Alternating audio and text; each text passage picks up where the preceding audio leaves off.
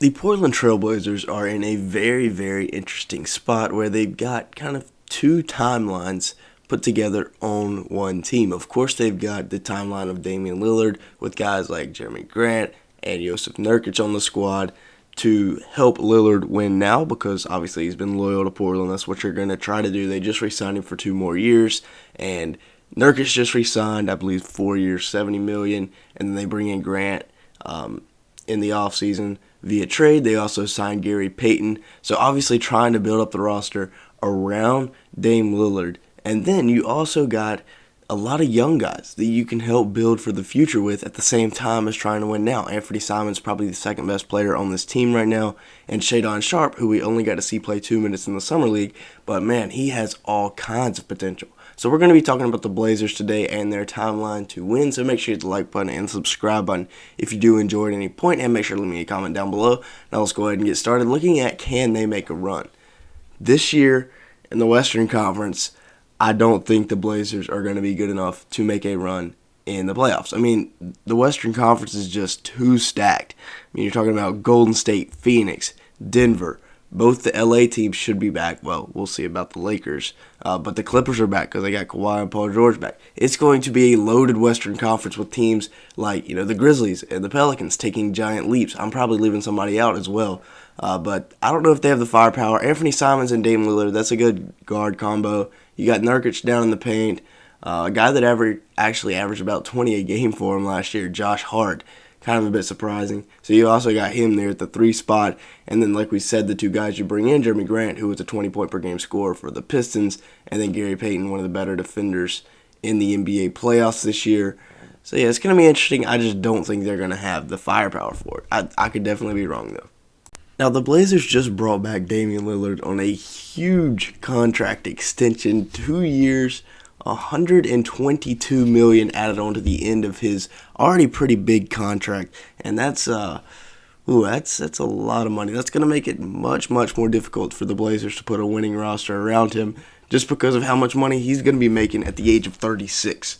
Last year, he averaged 24 points, 7.1 assists, and 4 rebounds per game, and honestly was one of his worst seasons lately in terms of numbers. I know he was injured, didn't play much towards the end of the year, but he only shot at 40% from the field and 32% from 3 while averaging 3 turnovers a game. That's not very good. That's not what you're looking for from your aging superstar. Hopefully he's not taking a turn back because it would be disastrous for the Blazers if he starts regressing while they're paying him $61 million a year. Now the Blazers do have a breakout star who they re-signed this offseason for the long term.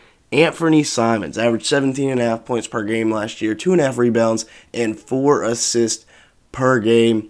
Man was balling. Bit of a breakout season for him, and he'll only be 23 next year. Got him straight out of high school. Dame was right about him. He was going to be the next great Blazers guard, and he shot at 44% from the field last year, 41% from 3 while averaging 2 turnovers per game. And I think this year he's going to take another step forward. I expect him to get to that 20-point per game threshold. Hopefully his percentages will hold where they are because those are really, really nice numbers. So if you're a Blazers fan, hoping that he can at least keep those same percentages while going up 3 or 4 points per game.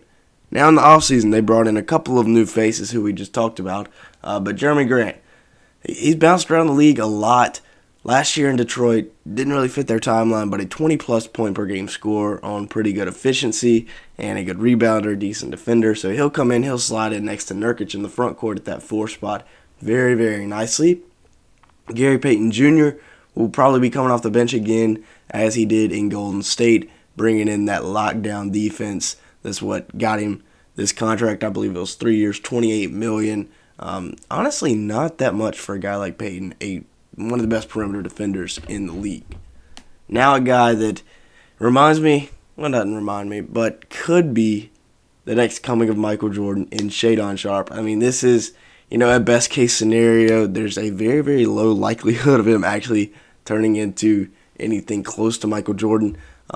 But coming straight out of high school, absolute bucket, super athleticism. If he can get better on the defensive side of the ball and just be a phenomenal scorer, it'll be a different situation because that Blazers team that he's coming into is a lot better than the Bulls team that Michael Jordan went into.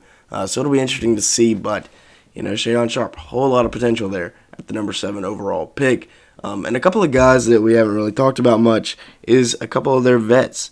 Josh Hart, who they bring in the C.J. McCollum trade, he actually averaged 20 a game for the Blazers last year in the few games that he played for them. And then Jusuf Nurkic, who they re-signed after being injured, coming back.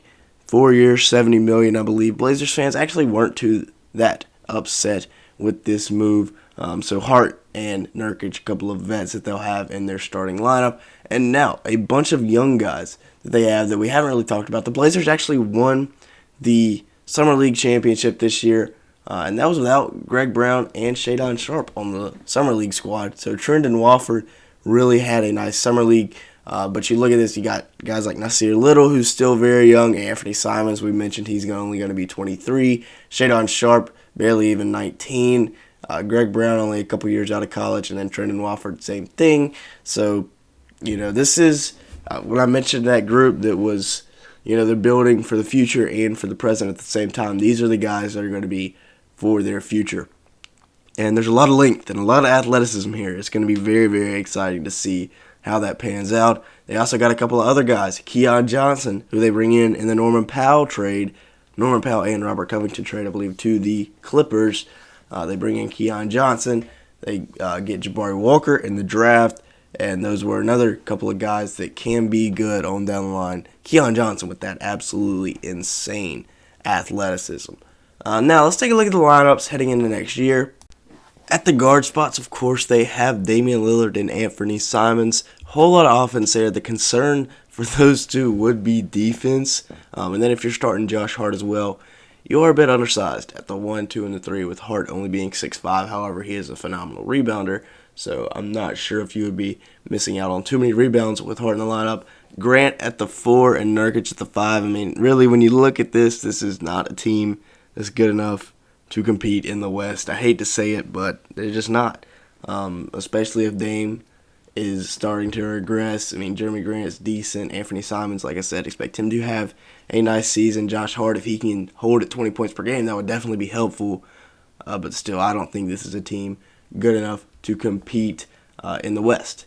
Looking at the bench now, Gary Payton, the second, is probably their sixth man. A lot will depend on how well Shan Sharpe plays and how quickly he develops as to how good this bench can be. And the same thing with Keelan Johnson and Trendon Watford. Can they come along and be decent pieces off this bench? Nasir Little and Gary Payton, by far the two best players on this bench, and probably really the only two with that much experience in an NBA game. So I'm just not that big of a believer in the Blazers this year. Maybe I'm wrong. Y'all let me know your thoughts down in the comments below on how good you think the Blazers can be if they can compete in the West this year. But with that being said, that's going to be it for today's video. Thank you so much for watching. Make sure to the like button and subscribe button if you did enjoy at any point.